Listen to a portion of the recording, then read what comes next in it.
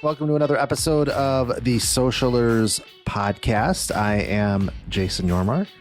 And I'm Joanna. All right. We're getting buttoned up there in the intro. It's getting better. It's so many more people are going to listen once we get that right. I know. It's all my fault. Yeah. Well, you are having significant computer issues. So who knows? Sometimes. Yeah. I hate when things make me feel not tech savvy because I've always thought I am. I've always felt like I am. Is it just a sign of aging that I'm like getting frustrated with my computer? No, I mean, Macs usually don't give you too many problems. I mean, every once in a while it can happen, but it's that the problem can't be defined. I can't, if I had to verbalize it, I wouldn't even be able to. It's just, I'm telling you, that's frustrating me. Just take it to the what's the Genius Bar. That's what they're there for. So I have a question for you. They'll figure it out. What? I have a question for you that I've been thinking about all week because, okay, it's kind of a gross segue, but our dog sleeps in between us, but he sleeps horizontally. So it's not like we're all spooning. It's like he's kind of like we make the letter H.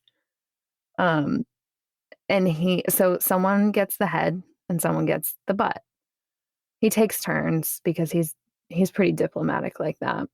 The other night, Hayden got the butt and our dog was a bit sick. He was a bit sickly. Oh no. So the next day when we woke up, I said, "How'd you sleep?" And he said, "Well, Archie kept farting all night and it was waking me up." And I was like, "Oh, that's disgusting. Was it making a noise or were you waking up from the smell?" And he said, "I was waking up from the smell." Oh no. So it got me thinking, and I asked him this in the moment, but I'm curious to hear your answers. Let's say it's all the same intensity. What rank from best to worst the senses that you wake up from? Like, what's the best sense to wake up from? And what's the worst sense to wake up from?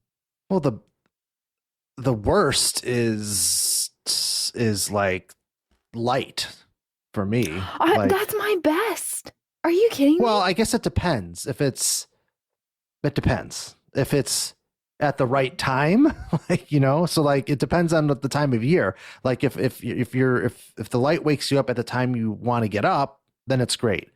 But if the light wakes you up earlier than you want to, then it sucks. But like if it's, it sucks to wake up in the middle of the night from anything. But let's say even if it's like at its most intense, even if it's like, let's say it's 10 out of 10 intensity, that's what you're waking up from. I think that's better to be like, oh, all of a sudden it's bright in here and you open up your eyes. I feel like that's less startling than if someone comes up to you and shakes you. It's like, all right, God. So that we touch. Is that happening often with you? No, but it gets me thinking. So best for me is sight. I feel like it would be best to wake up via sight. I think next would be sound because we've trained ourselves to have alarms and we wake up from sound all the time. Then touch. So then my top two worst, I think the worst, the worst has to be taste, right? Could you imagine? Taste? That's only going to happen if somebody's shoving something in your mouth. Not necessarily. Like there are some diseases that the symptom is like a metallic taste. Okay. So I now that you're right. So TMI, as you get older, reflux happens more often. Yuck. So that might fall under the taste button. That's happened in the middle of the night with me, and that's not fun. So it's like acidic tasting? Yeah, it just kind of like shoots up and like luckily, up. I mean, at least you wake up before anything happens, but there's medicine for it. So like if it flares up, you just take a pill and you're fine. But yeah, I guess for me, it's less about the thing and how the thing is done and when the thing is done. So like light's bad if it's too early, light's great if it's on time. Touch would be my favorite if it's done, gently and lovingly, but not. Let's say this is 10 out of 10 intensity. So like all of a sudden it's a flash of bright light. All of a sudden you're hearing like a fire alarm. All of a sudden, but you have to rank them. That's the game. Oh, well then if that under that context, it would be sound probably. It'd scare the shit out of you. Yeah. I think someone grabbing me would scare me more than a sound. Well, because it happens less often. Or it never a dog, happens. or a dog You touch blasting me when ass I'm on asleep. you. Touch me when I'm asleep. You will be the one who's scared. Oh, jeez. I thought this question was going to have something to do with dog farts. The way you were going. Well, it's what triggered it all. Well, for the bigger problem is you've allowed your dog to get accustomed to sleeping with you in your bed because he's so cute. No, you're gonna regret that decision. I know. At some point, especially with a bigger dog. Night. Well, our dog is smaller, but he's still. Now it's interesting because he doesn't sleep. He actually does the vertical thing, but the problem is that I use a lot of pillows and I take up a lot of real estate, and there's just not room for any animal. So Molly she's wanted to build and devise like a double queen bed for the health of our marriage. And unfortunately, our bedroom does not accommodate a bed of that size right now. Why don't you just make like your entire bedroom just be a mattress? Just get like a custom made mattress. It's like carpet. And then there's no walking in there. You just got to roll off into wherever you're going. Yeah. I think it's not going to be long before she's going to put me in another room. So I thought you were going to say put me in a home. Or that. That's not far off either. One or the other. It solves the same problem. Yeah. That's not, my entire life is just holding on to some semblance of my wife liking me enough to keep me around. That's really everything I do is designed around that. So can you see my name in this podcast recording is listed as Joe? Joe. Please know that was an accident. I was typing it. I was going along my merry way. And then all of a sudden Jason's face popped up and was like, join session. And so I was like, okay, I guess I'm done. I thought I only typed a J, but at least I got in. Do you have a nickname? What's your nickname? Some people call me JB. JB. I can relate. It changes based on the phase of my life. Like in college, the first semester it was Joey. And then for the rest of it was Jones. Very masculine names. I didn't have anything really. I got a cool one later in life. People started calling J-O? me. Yeah. After J-O's pretty cool. Yeah. I did not give that to myself. Let's just be clear. You're not allowed to do that. That was given to me, and then I embraced it for a while. Classic. Not so much anymore. What are we talking about today? I believe we're talking about the state of paid social media advertising or best practices or both. Awesome. So that segues into my trivia question. Already? Oh yeah. Just to kick us off, get us in the right headspace. I need a win under my belt before we go any further. All right, let's go. Let's get it over with. What year, plus or minus one, because this is easy, did Facebook advertising launch? The ability to run ads on Facebook. So let me engineer this answer. So I know that Facebook was just colleges in 05. I think it was 05, 06 when they started rolling it out to the general public. I think a safe answer is 2008. I'm going with 2008. And you would be right. Yes. Because I gave you plus or minus one. Yes. It's 2007. I was going to say 07, but I was afraid that it possibly was 09. I'm really impressed with your memory of years.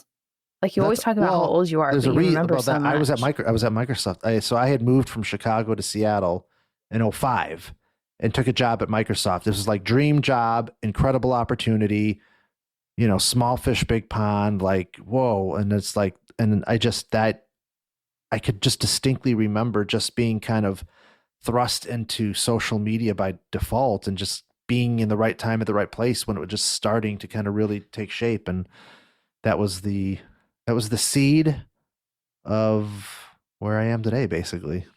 So I was not born yet. That's what it feels like. I was 12 when Facebook advertising launched. Oh, Jesus. So tell me, what what was it first like? Well, what was it Back like? in my day. The wheel had just been invented. I don't remember getting too involved with Facebook advertising for a while. Not until for a couple of years later. Really, my involvement. But were you a consumer? You mean, did I use it? No. I think did you consume ads? My involvement with social media, I think, for those first couple of years is all strictly around community and I eventually I pivoted there and got on the community team. We did a lot of like just community building and creating a lot of content and videos and posting stuff. I don't think we got too heavily involved with the ads. Advertising didn't really kind of kick in until I got into the agency game a couple of years later. I feel like ads were much more sparse throughout someone's feed. Oh yeah, they were not. The amount of real estate they're offering is obscene, and it has just increased year on year. It wasn't as expensive. It wasn't as involved. I mean, it was a lot of it was just boosting things. They had really started with that. It wasn't anywhere at the level of sophistication that it is now, and certainly not as competitive because there wasn't anywhere near as many businesses that were spending with it or spending significantly. So yeah, and it was a lot less it was more peaceful. I don't know, I can't think of a better word. People actually used it to advertise their genuine products and services. Well, and now it's just a shit show. It just wasn't overly politicized, and people weren't. It wasn't just as toxic, I guess, as it can be now. I mean, I guess that's the general nature of anything. When you get millions and billions and millions and billions of people using a thing, like I always say, technology, there's shitty people in the world. It's just the technology's connecting them more easily now. So. Yeah. And I feel like I can speak on, because I've been in social media for about, I think 5 years. And I remember when I first got started, Facebook's advertising rules were not nearly as vague. I mean, I know when they list out their rules, I always read their updates and it seems clear. But then next minute you're getting your ads, a whole ad account disabled, and it's an irreversible decision and they can't tell you anything about it. They can't tell you the rules you broke. I mean, this happened to us on Christmas Day. Santa came down our metaphorical chimney and delivered us a banned business manager. So all of our clients, we couldn't access any of their ad accounts. It was a Christmas to remember. Yeah, not fun.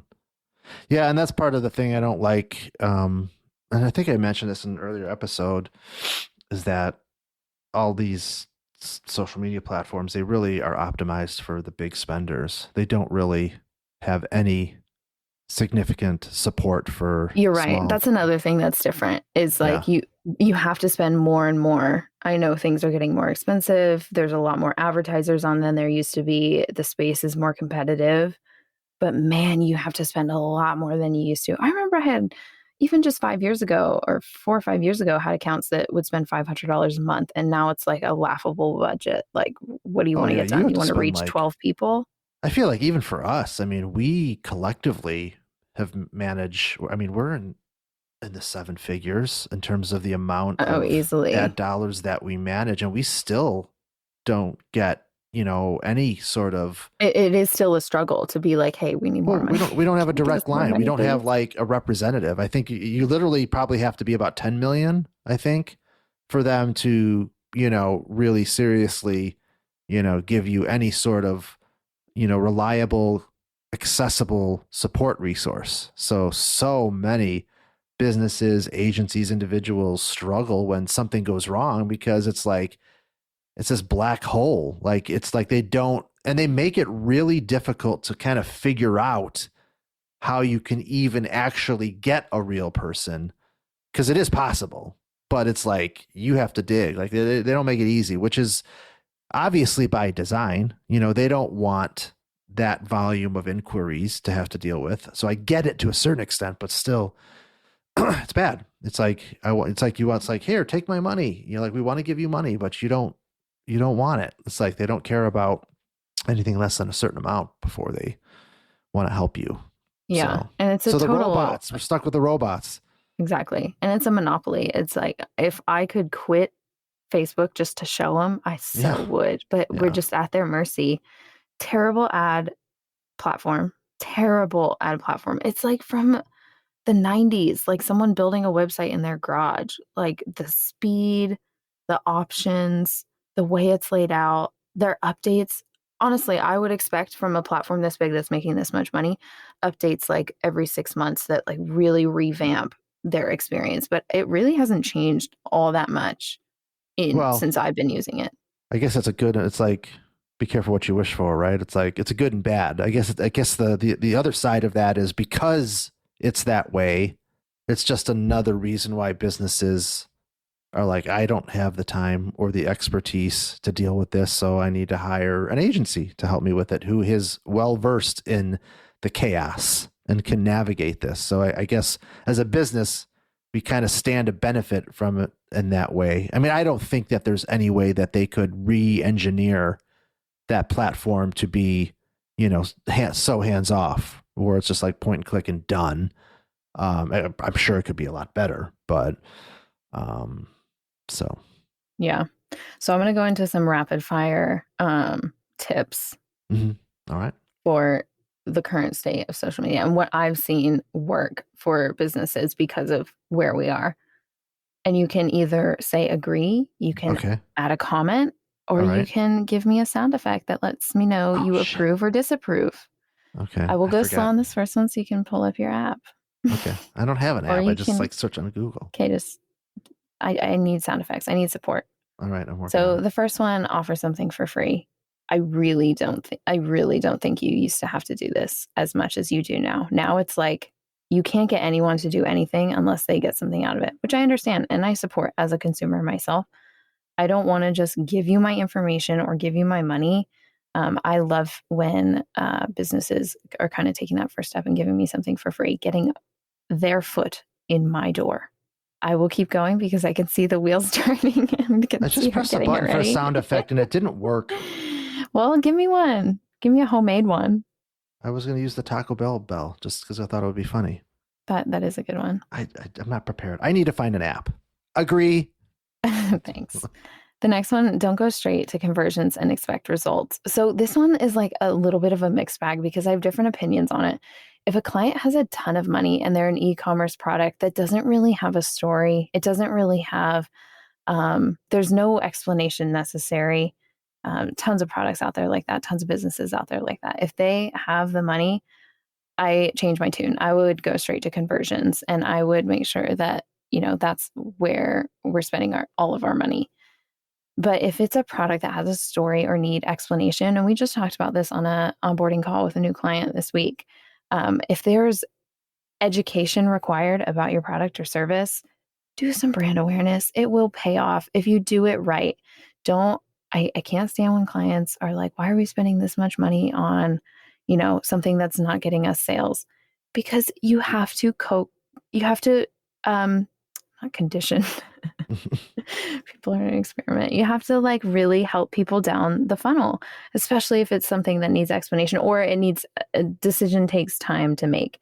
If it's a product that's on the upper end of price, then you need to give people 1 or 2 times visiting your website before they're making that decision. So it's not a waste of money. If you're getting web traffic, if you've got, you're reaching people via video ads, you can do retargeting there. I feel like a broken record. I say this all the time, but it's only because a lot of people don't agree and that you should just spend all your money on conversions. But if you have a $1,500 per month ad budget, I think it's better to be building not only awareness, but like email lists and things like that. And that kind of ties into offering something for free. If you have like a lead magnet or like a document that would help people understand your product or understand your service or in the industry that you're in, put that together, brand it, and put it behind a contact form so that when people go and try and download it, they give their email and then they're able to download. Boom, you have an email. You can put that into a drip email campaign or something like that and then get results over time. But it is an investment up front. Do you agree? Did you hear that? No. What? Do it again. Put it up on the microphone. Nice. Just sounds like you got a text message. Oh. but thank you. I'm at the liberty of what I pulled up. So okay. The next one, and this one, again, it takes some like explanation to clients, or even if you're a business owner running ads for yourself, this is good to hear. Give the campaigns time. So there's a lot of work to be done manually by account managers and people who are managing ads. There is a lot of work to be done. There's learnings that take, you have to look into the account manually. You have to look into who the ads are resonating with, and you have to glean learnings from that manually. But the systems are doing learning as well. The computers, the algorithms up in space, the satellites, they're all turning. And you have to give them time to learn about the audience. They are going to deliver ads to the people that they think are most likely to convert, but that takes time. So don't be emailing me, Brenda, 2 weeks into your campaign and telling me that nothing's happened. You know what I mean? You can't touch this. You can't touch this. Agreed. There you go. And then the last and final rapid fire is be nimble. So, and these all kind of contradict each other, but let me explain. So you want to give the campaigns time, but you also want to be really nimble. I find that so much change could be made so quickly if people got out of their own way. So if you can see something not working and make a quick change, and not have to go through multiple rounds of approval or whatever, or ask your client contact, like things are going to move so much faster. So just be prepared to make changes when the data indicates that you should do so. Agreed. Thank you. I'm going to find a soundboard app. I thought you had one. No, I hadn't gotten it yet. I'm sorry, I wouldn't have put you on the spot like that. That's not cool of me. I did what I could do, but I'm sure that there's an app for that. I think it just comes down to whether that sounds good at all, holding your phone up to the microphone. What are your favorite types of ads to see when you're scrolling? Ones that are targeted for me, that show me. What makes you stop? Like what are the 3 factors that would make you stop on an ad? Well, that would make me like stop, like to pay attention to it, you mean? Correct.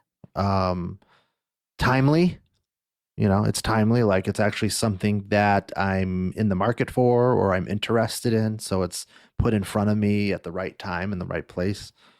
I would say, what else? I think that makes me stop. I was going to say validation, right?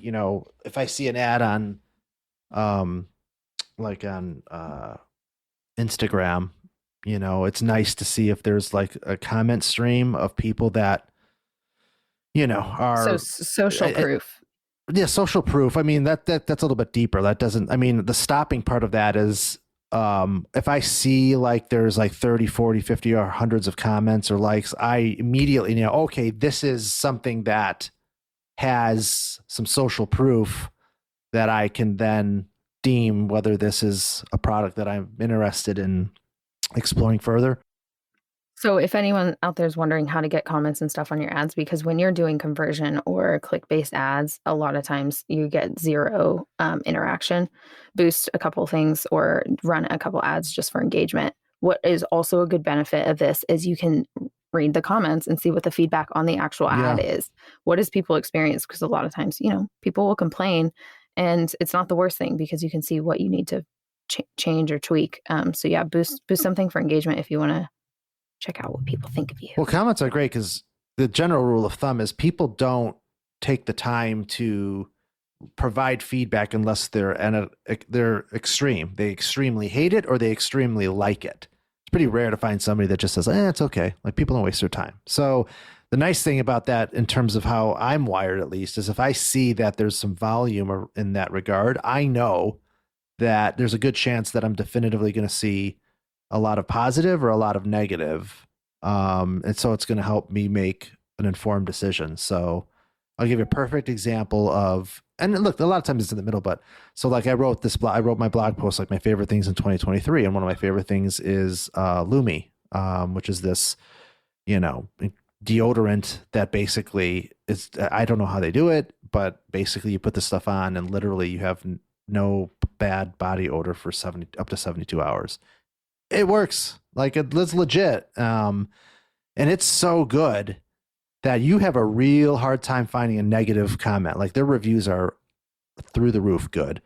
All of their comments are just from people that are like, this stuff is amazing. So it's like, boom, buy it right away kind of thing. So that gets me to stop pretty quickly. Yeah, I'm the same. I love seeing almost all positive reviews.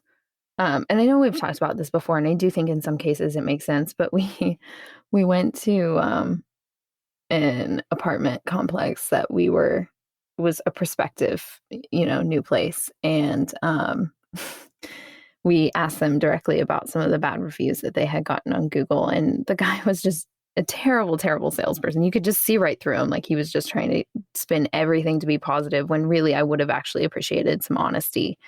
And he was like, if there's a restaurant that only has good reviews, I would never go there because, you want to see the real. And I'm like, well, no, if there's a restaurant with 100 5-star reviews, I'm probably going to go. Yeah.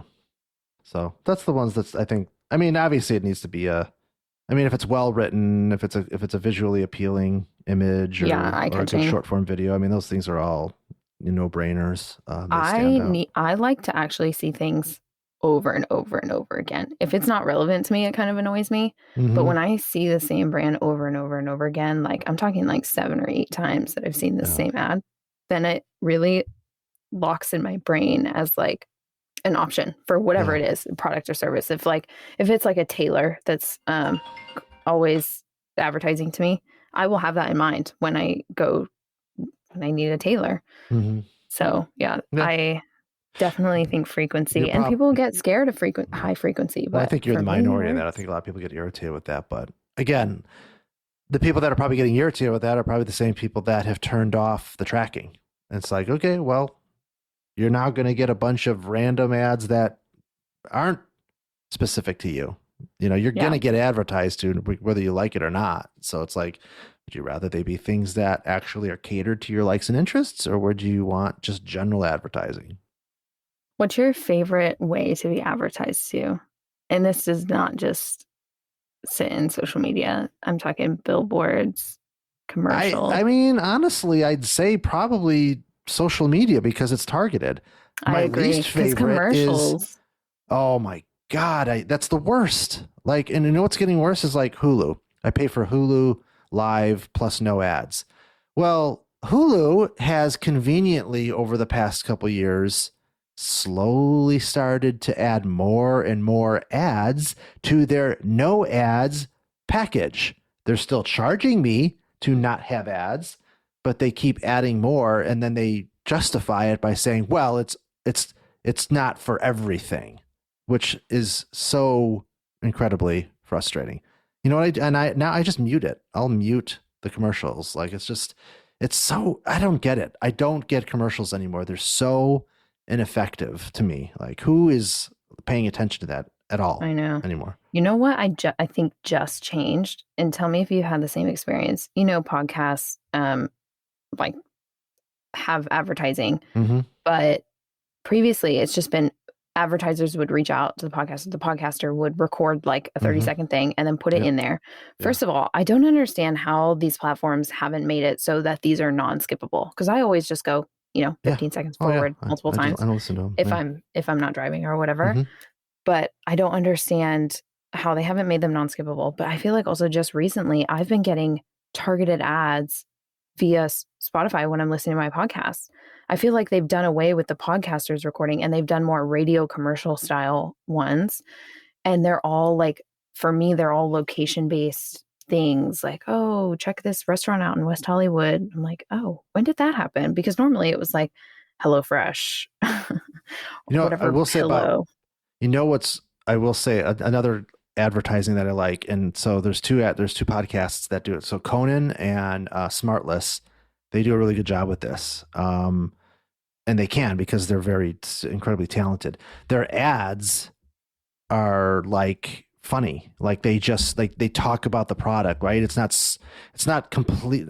It doesn't feel completely scripted. It's not manufactured by the actual advertiser like Conan or or Yeah. My the podcasters do that too. Yeah, it's just cool. Like they make it actually kind of funny and interesting, and it almost kind of pulls you in to wanting to listen to it a little bit. It's not the worst thing to listen to. Yeah, right. The podcast I listen to, it's a comedy true crime podcast, and they do that. They're really good about making the ads feel like part of the episode, and sometimes they'll even talk about whatever joke they made during the advertisement. They'll reference it in the podcast. So it doesn't make for the worst experience. I'm not saying I'm mad about it. I just think it's crazy that advertisers haven't demanded that Spotify or whatever hosting platform makes those ads non-skippable. Yeah, I skip through them all the time. So not complaining. I hope they don't change that, but they probably will. So, well, there you go. You just got the full state of social media advertising and a formula to knock it out of the park. That's what we're here for. From J-Yo and JB, here when you need us. From Joe. You're Joe with this episode.